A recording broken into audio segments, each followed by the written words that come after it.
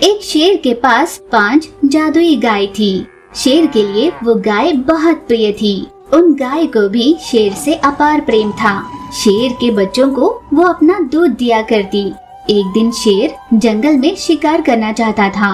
वो अपने दोनों बच्चों को साथ लिए गाय के पास गया। मैं जंगल में शिकार करने के लिए जा रहा हूँ। अपने दोनों बच्चों को तुम्हारी रखवाली में छोड़ रहा हूँ। ये कहकर शेर तुरंत शिकार करने चला गया। कुछ दूर तक दौड़ने के बाद उसे अपने बच्चों की भूख मिटाने के लिए एक हिरण दिखाई दी, जिसका शिकार कर वो उसे अपने बच्चों के पास लेकर आया। उस हिरण को देखकर सभी गाय को बहुत बुरा लगा। उनमें से एक गाय ने हिम्मत कर शेर से कहा, शेर राजा, जिस हिरण का शिकार कर तुमने मार डाला है वो मेरा प्रिय मित्र हिरण था, और तो और उसके 2 बच्चे भी हैं। तुमने अपने बच्चों की भूख मिटाने के लिए उसके बच्चों को अनाथ बना डाला। उसके बच्चे तो अभी तक ठीक से पानी भी पीना नहीं जानते। वैसे भी वो दोनों मरने ही वाले हैं। तुम उन्हें भी शिकार बनाकर यहाँ ले आओ और अपनी भूख मिटा लो। कम से कम मरने के बाद ही सही माँ और बच्चे एक साथ रहेंगे। हे भगवान, मेरे हाथ से आज कितना बड़ा पाप हो गया। मैं जैसे ही जंगल की ओर बढ़ा, मुझे रास्ते में यही हिरण दिखाई दी। बस इसीलिए मैंने इसका शिकार किया और यहाँ ले आया। मैं उसके बच्चों के बारे में कुछ नहीं जानता था। वैसे भी मैं और कर भी क्या सकता हूँ। भगवान ने हमें मांसाहार जो बनाया है, अगर हमें अपना पेट भरना है तो हमें किसी जानवर का ही शिकार करना होगा ना।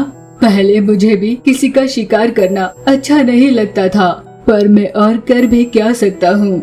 शेर ने शिकार किए हुए उस हिरण को बच्चों को दे दिया और वहीं पास में रहे भगवान की मूर्त के पास गया। भगवान, भला क्यों हमारी जिंदगी में ऐसी कसौटी रखते हो? क्या हमें जिंदा रहने के लिए क्या किसी और जानवर के प्राण को लेना ही होगा? हमारा पेट भरने के लिए क्या एक जानवर को उसके अपनों से जुदा ही करना रास्ता है? ये कैसा न्याय है भगवान, जो किसी भी जानवर को किसी तरह की हानि नहीं पहुंचाते। ऐसे खरगोश, गाय, हिरण, क्या यही हमारा आहार है? क्या इसका कोई और रास्ता नहीं है? अचानक आसमान में एक रोशनी हुई और उस रोशनी से आवाज आई, ये सवाल तुम्हारे उन 5 गायों की वजह से ही उभर रहा है ना? चलो उन्हीं के पास चलकर मैं सृष्टि का असली रहस्य तुम्हें बताती हूँ। ये कहते ही शेर उस रोशनी के साथ उन गायों के पास चला गया। जो मैं बताने जा रही हूँ उसकी कल्पना करने की कोशिश करो। बिना जीव हिंसा के एक जंगल का वातावरण कैसे होगा? उस रोशनी ने जैसे कहा, वो 5 गाय और शेर जंगल को बिना जीव हिंसा की कल्पना करने लगे। तब उन सभी ने देखा कि जंगल में बिना जीव हिंसा के हर प्राणी घास फूस चर रहा था। कोई भी जानवर दूसरे जानवर को अपना आहार बनाने के लिए मार नहीं रहा था। सभी जानवर एकजुट होकर एक दूसरे से बिना डरे साथ में रहने लगे। जंगल के राजा शेर का कहा कोई भी जानवर मान ही नहीं रहा था।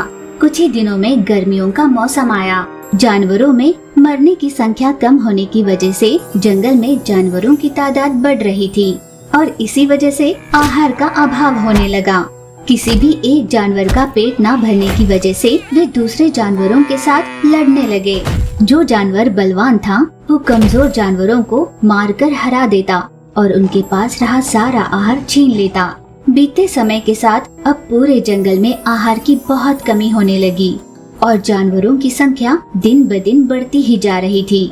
इस तरह उस जादुई रोशनी की कही हर बात को शेर और वहाँ खड़ी सभी गाय कल्पना करने लगे।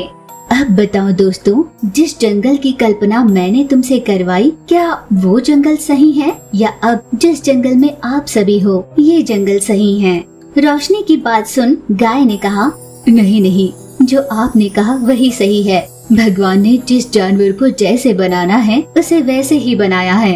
अगर शिकार नाम की कोई चीज ही नहीं होती तो इस संसार में मनुष्य की जगह हर तरफ जानवर ही जानवर होते।